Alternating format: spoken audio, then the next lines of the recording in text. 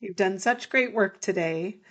We are going to end with a cool down puzzle, another 6x6 Binox.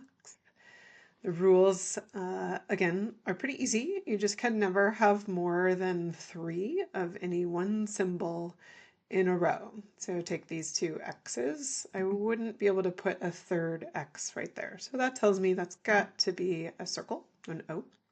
Same with down here, got to be a circle. And then here we have another 2 X's. We can't have 3 X's in a row, so that's got to be a circle.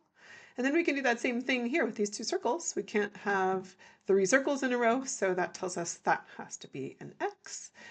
Up at the very top row, we have these 2 X's separated by 1 square. We can't make that an X because that's 3 in the row, so we know that's got to be an O or a circle, however you want to say it. Okay, that's pretty much the rules. Have fun with it. Good luck and give it a try.